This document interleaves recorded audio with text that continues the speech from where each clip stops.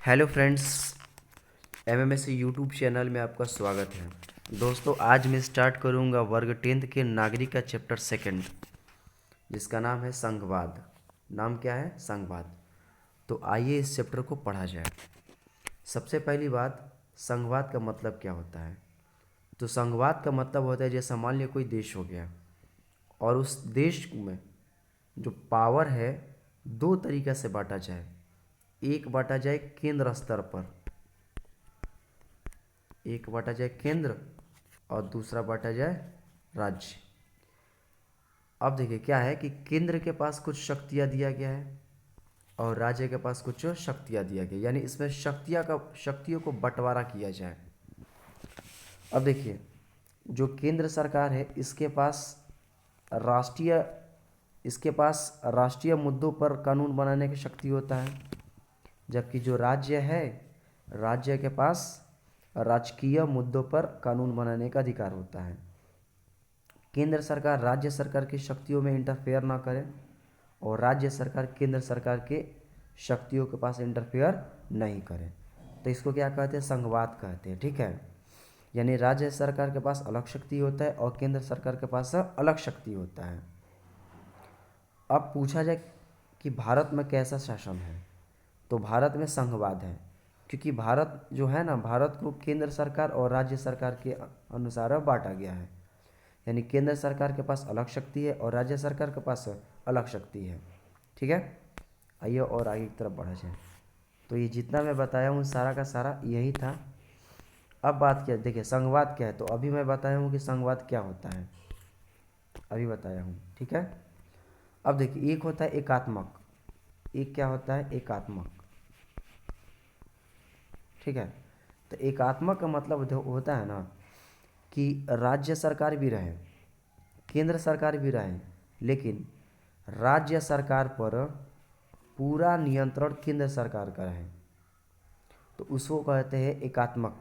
क्या कहते हैं? एकात्मक। ठीक है, और ये जो एकात्मक है ये श्रीलंका में है।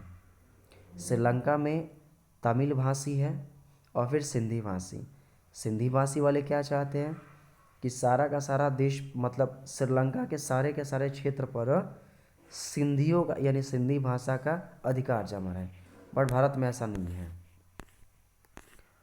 अब देखिए, अब जो संघवाद होता है ना, संघवाद का कुछ विशेष गुण होता है। जैसे में हम बात करें कि यहाँ सरकार दो या अधिक स्तरों वाली होती है।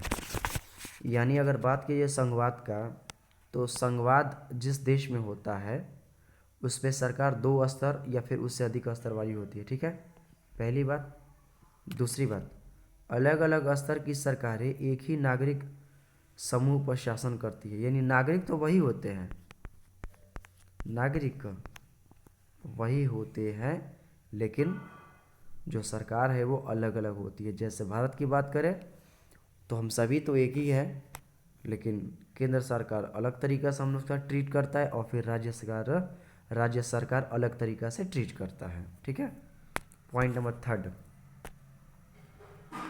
विभिन्न स्तरों की सरकारों के अधिकार क्षेत्र संविधान में स्पष्ट रूप से वर्णित होते हैं, इसलिए संविधान सरकार के हर स्तर के अस्तित्व और प्राधिकार की गारंटी और सुरक्षा देता। अभी मैं आपको बताया हूँ। ठीक है, चलिए आगे देखा जाए। अभी सारा का सारा एक कंक्लूजन हो चुका है जो बताया हूँ।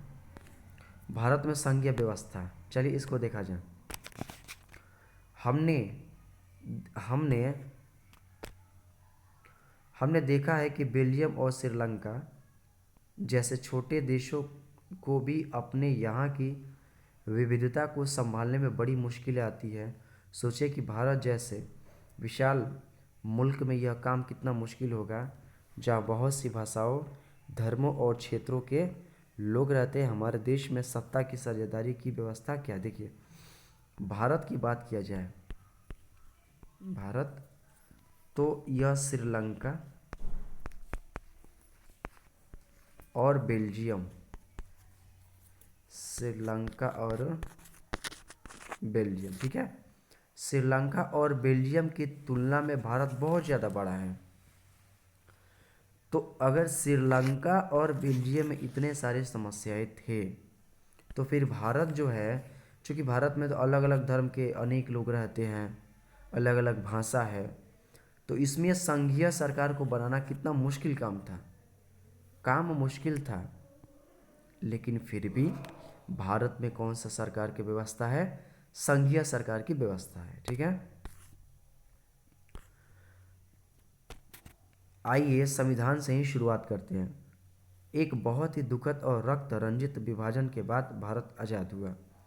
आज़ादी के कुछ समय बाद ही अनेक स्वतंत्र रजवाड़े भारत में विलीन हो गए। देखिए, जब आज़ाद हुआ तो उस वक्त भी भारत में अनेक स्वतंत्र राजा थे। ठीक है, और जैसे ही ये स्वतंत्र राजा तो थे ही, लेकिन जैसे भारत आज़ाद हुआ तो ये भारत में क्या हो गए? मिल गए, इनको विलीन होना पड़ा। अब देखिए, भारतीय संविधान ने भारत को राज्यों का संघ घोषित किया। जो भारतीय संविधान है वो भारत को क्या बताया है? राज्यों का संघ बताया है। इससे संघ शब्द नहीं है, पर भारतीय संघ का गठन संघीय व्यवस्था के सिद्धांत पर हुआ है। आइए हमने ऊपर संघीय व्यवस्था की जिन 7 विशेषताओं का जिक्र किया था उन्हें फिर से देख लें। हम देख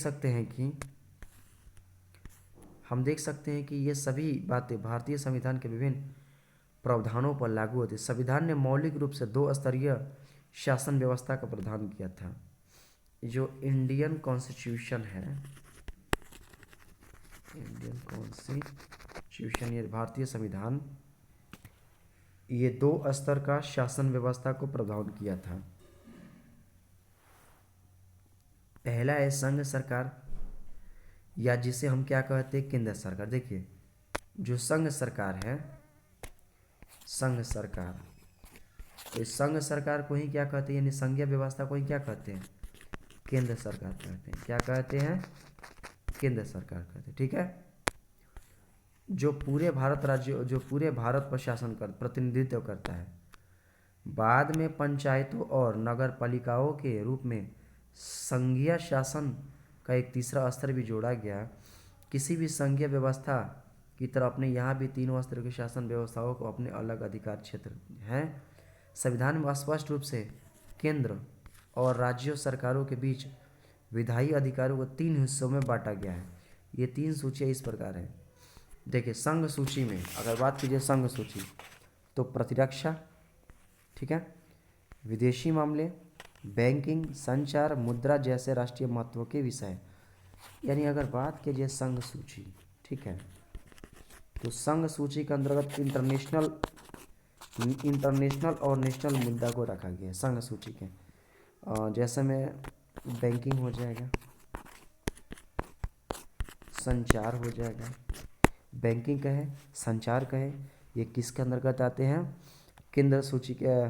केंद्र सरकार यानी केंद्र सूची के अंतर्गत आते हैं। मुद्रा भी होगा, किसके अंतर्गत आते हैं? केंद्र। अब बात करें राज्य, तो पुलिस हो गया, व्यापार, वाणिज्य, कृषि और सिंचाई, ये किसके अंतर्गत आते हैं?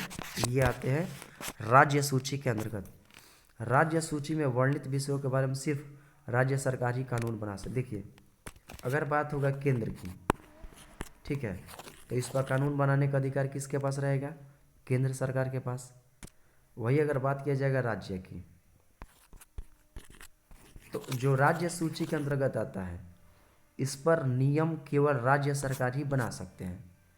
जैसे हम आपको एग्जाम्पल के तौर पर समझाना चाहते हैं, जैसे मान लीजिए हम बात करें बिहार की, तो बिहार में शराब बंद है, ठीक है। अब देखिए, बिहार में तो शराब बंद है, लेकिन और स्टेट में तो शराब चालू है। यानी कहने का मतलब ये है कि प्रत्येक राज्य अपने राज्य के लिए कानून बना सकती है, लेकिन जहाँ पर भी नेशनल और इंटरनेशनल की बात किया जाएगा तो वहाँ पर कानून कौन बनाएंगे? केवल केंद्र सरकार ही बना सकते हैं। यानी केंद्र सूची के अंतर्गत जो आता है उसको बनाया जा सकता है। तो राज्य सूची के अंतर्गत क्या आते हैं? पुलिस आते हैं, शिक्षा आता है। अब बात करें समवर्ती सूची। समवर्ती सूची होता है ना, समवर्ती सूची पर केंद्र और राज्य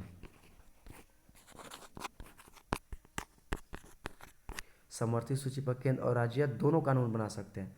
समवर्ती सूची के अंतर्गत शिक्षा आता है, वन आता है, मजदूर आता है, संघ आता है, विवाह होता है, गोद होता है, गोद लेना, उत्तराधिकारी जैसे विषय हैं जो केंद्र के साथ राज्य सरकार की साझी दिलचस्पी में आते हैं। आगे देखा जाए,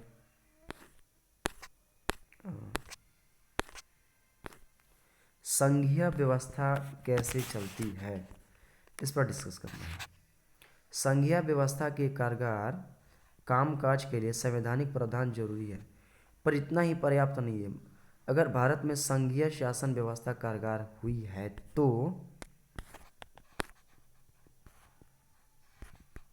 तो कारण सिर्फ संवैधानिक प्रावधानों भर का होना नहीं है। भारत में संघीय व्यवस्था की सफलता का मुख्य श्रेय यहाँ की लोकतांत्रिक राजनीति के चरित्र को देना होगा। यानी अगर भारत में संघीय व्यवस्था सफल है, कौन सा व्यवस्था, संघीय व्यवस्था, तो इसका जो मुख्य हाथ है ना वो भारत देश के लोकतंत्र के स्ट्रक्चर के अनुसार है। यानी भारत में संघीय व्यवस्था कैसे चलती है, क्यों सफल है, तो जो लोकतंत्र है ना भारत का वो मजबूत है, जिसके कारण भारत में संघीय व्यवस्था इतना सुचारू रूप से चलता है। अब हम बात करें भाषाई राज्य, तो भाषा के आधार पर प्रांतों का गठन हमारे देश की लोकतांत्रिक राजनीति के लिए पहली और एक कठिन परीक्षा थी। भारत ने सन 1947 में लोकतंत्र की राह पर अपनी जीवन यात्रा शुरू की। उस वक्त से लेकर सन 2017 तक का अगर आप राजनीति मानचित्र देखें तो इस अवधि में आए बदलाव को देखकर एक बारगी आप आश्चर्यचकित रह जाएंगे। अनेक पुराने प्रांत गायब हो गए और नए प्रांत बनाए गए। कई प्रांतों की सीमाएं क्षेत्र और नाम देखिए, जब भारतीय संविधान बना था, कौन सा संविधान, भारतीय संविधान, वो पहले का भारत आज के भारत देखा जाए तो कुछ बदलाव है। देखिए बहुत सारे जो राज्य हैं इनके नाम को क्या कर दिया गया है, चेंज कर दिया गया है। बहुत सारे राज्यों के अधीन जो क्षेत्र आता है या तो उसको बढ़ा दिया गया है और नहीं तो उसको घटा दिया गया है। जैसे हम देखिए अगर बात करें बिहार की, तो पहले का बिहार बड़ा था, पहले के बिहार का जो क्षेत्र था वो अधिक था, लेकिन अगर अभी देखा जाए तो बिहार के क्षेत्र पहले की तुलना में क्या हो चुका है, कम हो चुका है। चलिए आगे की तरफ और देखा जाए, भाषा नीति। भाषा नीति क्या कहता है इसको समझा जाए। देखिए भारत के संघीय ढांचे की दूसरी परीक्षा भाषा नीति को लेकर हुई। हमारे संविधान में किसी एक भाषा को राष्ट्र भाषा का दर्जा नहीं दिया गया।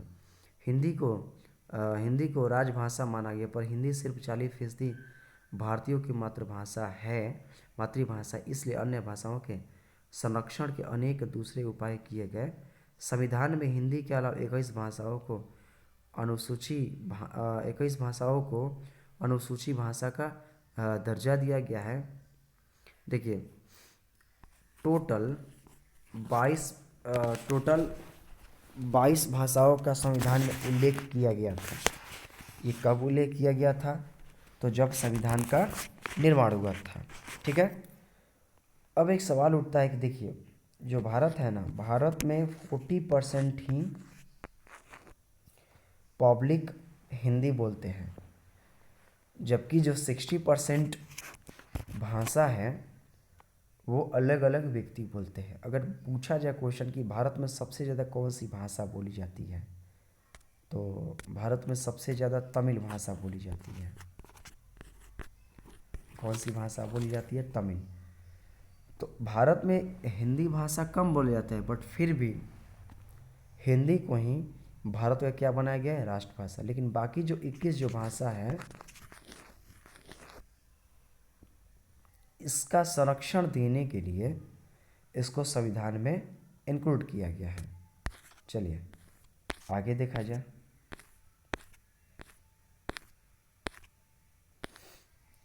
भारत की भाषाई विविधता तो है, विविधता मतलब होता है अलग अलग।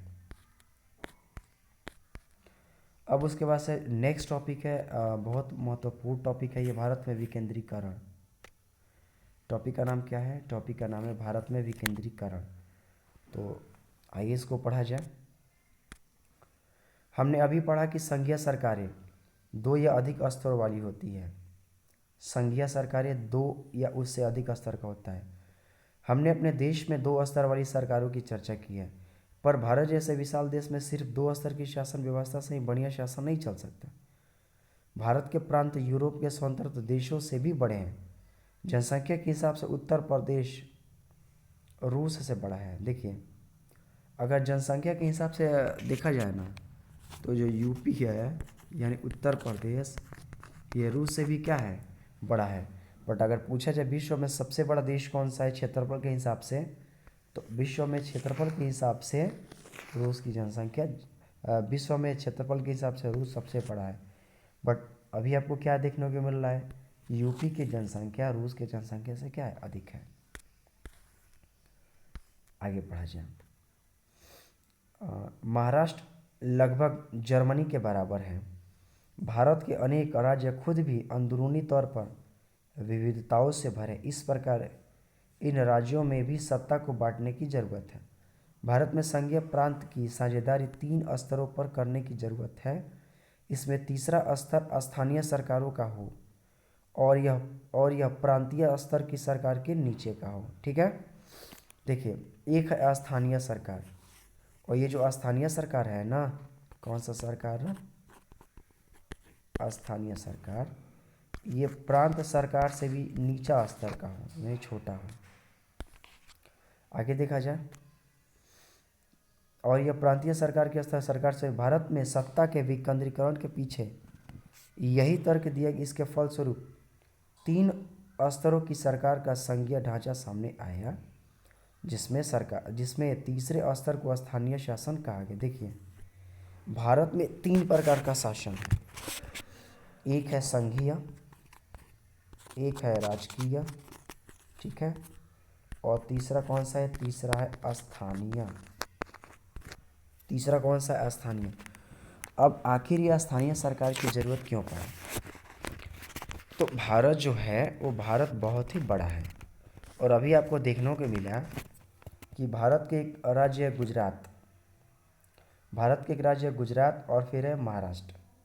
तो ये जो गुजरात और महाराष्ट्र है वो लगभग जर्मनी के बराबर है, बट फिर भी जनसंख्या के मामले में देखा जाए तो जर्मनी की संख्या कम है, जबकि महाराष्ट्र की जनसंख्या क्या है, अधिक है।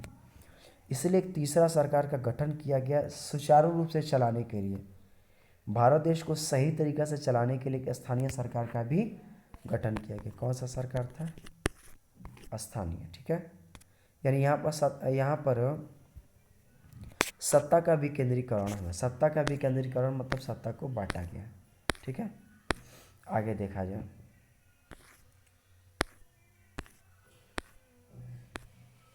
आगे कुछ नहीं है, आगे छोटा मोटा कुछ क्वेश्चन है जिसका आपको जवाब खुद से भी दे सकते हैं। तो अगर ये वीडियो आपको अच्छा लगा होगा तो मेरे चैनल को सब्सक्राइब कीजिएगा, और इस पर जो ऑब्जेक्टिव क्वेश्चन है जल्दी लाया जाएगा।